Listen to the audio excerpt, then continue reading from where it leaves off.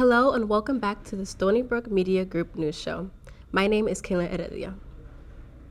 Our first story tonight, former Minnesota police officer Kim Potter has been sentenced 2 years in state prison for the murder of Dante Wright. On April 11th, Potter, believing she had grabbed her taser, mistakenly shot Wright in the heart while he was attempting to drive away. Potter has been tried with first and second degree manslaughter and will be required to serve at least 16 months with a chance of parole. The sentence carried out by Judge Regina Chu has come under scrutiny for being far below the recommended sentence of 7 years. Judge Chu has defended the sentence by claiming that the murder was unintentional and a tragic mistake. As violent crimes in the subway system continue to soar, New York City Mayor Eric Adams and Governor Kathy Hochul announced a plan to remove homeless people from the subway starting next week. Released this morning, the subway safety plan aims to connect those who shelter in stations or trains to mental health services and permanent housing. Officials hope to combat the growing fear of riding the transit system, which is crucial to boosting the New York City's post-pandemic economy. Last night, the Student Media Office, WUSB Radio, and Black World hosted an open mic night in honor of Black History Month. We're going to the Union to hear more about this from the event. From Francesca Mevs. Francesca? Hi, Caitlin. I'm here at the Student Union where the open mic night took place last night, and students had the opportunity to perform powerful spoken word pieces in front of a live audience. You from me, creating a hierarchy of skin color to ensure that they were number one and everyone else 2 or 3. They made skin the common denominator of who was better than who. So forgive me for not choosing to conform to the societal construct of race upheld in America that determines my skin and diminishes culture and identity to a singular word, Black. Another part of the program showcased Black students' artwork and photography. And to end the night, attendees enjoyed a large dinner menu including mac and cheese, mixed vegetables, rice, fried chicken, all courtesy of Island Soul. Thanks for the recap, Francesca. Can you tell us a little more about the organizers behind it all? Sure, one of the organizers is WUSB 90.1 FM, a commercial-free radio station here on campus where Stony Brook students can develop radio skills and become DJs. Another organizer is Black World, that started as an active publication at Stony Brook in the 1970s. In the early 2000s, they unfortunately was deactivated, but recently relaunched. One of the goals of Black World is to elevate and support voices of Black and Latinx communities on campus, and recently Black World recorded their first ever podcast, which can be found along with their other content on blackworldsbu.com. Back to you in the studio. On Thursday, artillery shells were found in eastern Ukraine, which was then blamed on Russia. Despite Russia's claim that they are moving troops away from the Ukraine border, an eastern Ukrainian town close to the Russian border was shelled today after years of not experiencing it. The elementary school in Rubivka was hit with an explosion 30 to 40 meters from the school. Blown shrapnel caused the glass windows within the school to shatter. 53 children and 16 adults were in the school when the shelling struck. Fortunately, no casualties were recorded and no one was hurt. Governor Kathy Hochul lifted the mask mandate last week. New Yorkers can now enter their favorite restaurant, gym, or convenience store without a mask. There are, however, some exceptions. Local small businesses can still choose to require a mask and vaccinations. The mask mandate has received mixed reactions. Medical experts say it's still too early to lift the mandate. Others are hoping the lift will bring back some normalcy. The focus has shifted to schools. Many wonder if schools will also see a mask mandate lifted.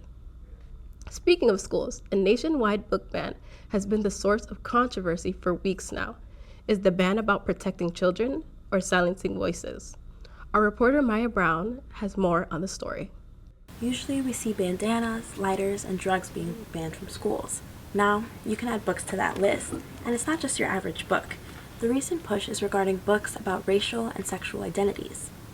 Titles are being pulled off the shelves in record numbers at both the local and state levels across the nation.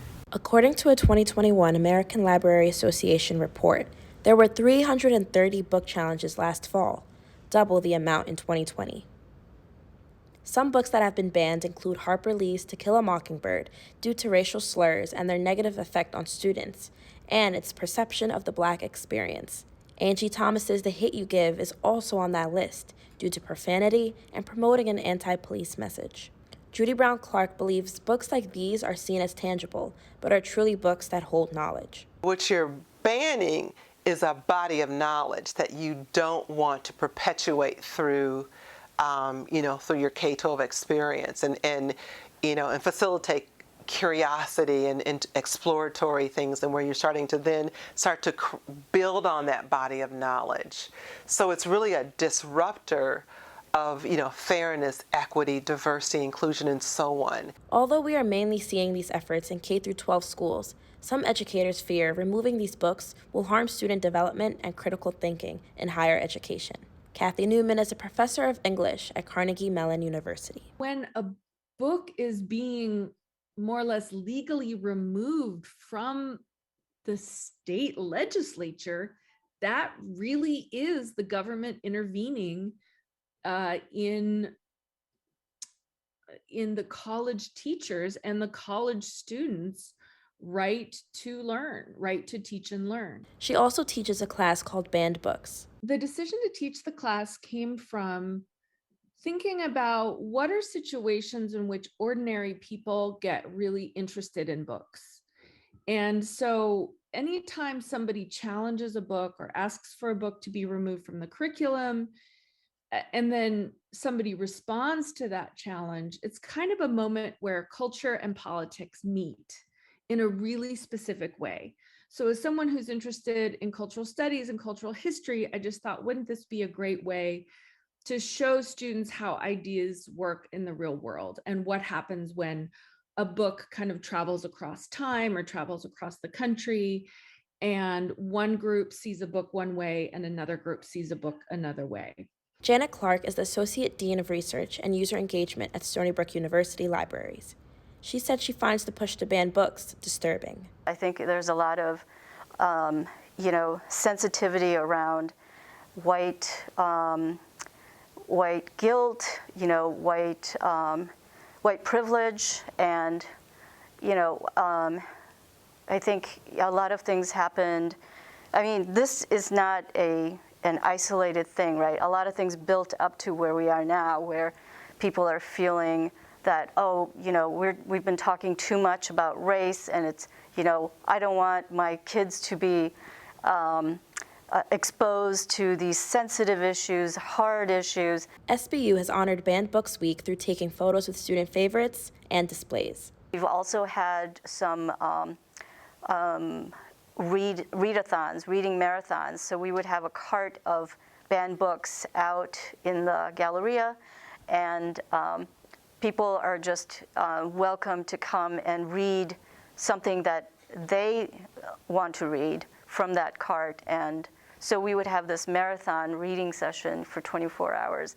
So it's just a great kind of celebration of knowledge and experiences and how it expands our universe. Thanks for flipping through the pages with me on the recent surge on banned books. Maya Brown, Stony Brook Media Group, signing off. Thank you, Maya, for shedding light on such an important issue, and thank you all for joining us. Until next time, I'm Kayla Heredia.